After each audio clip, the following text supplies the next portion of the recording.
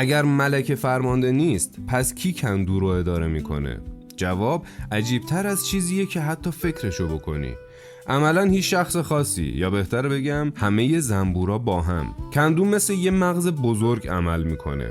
هر زنبور فقط اطلاعات کوچیکی از اطرافش داره، اما وقتی هزاران زنبور کنار هم قرار میگیرن رفتار جمعیشون طوری میشه که انگار یه موجود واحد داره فکر میکنه. دانشمندا به این پدیده میگن هوش جمعی، یعنی بدون اینکه رئیس یا فرماندهی وجود داشته باشه کل جامعه بهترین تصمیم رو میگیره. مثلا اگر غذا کم بشه لازم نیست ملکه جلسه تشکیل بده، زنبورهای جستجوگر خودشون متوجه کمبود میشن، بقیه هم متعاقباً رفتارشون رو تغییر میدن و توی یه مدت خیلی کوتاه کل کندو با شرایط جدید هماهنگ میشه.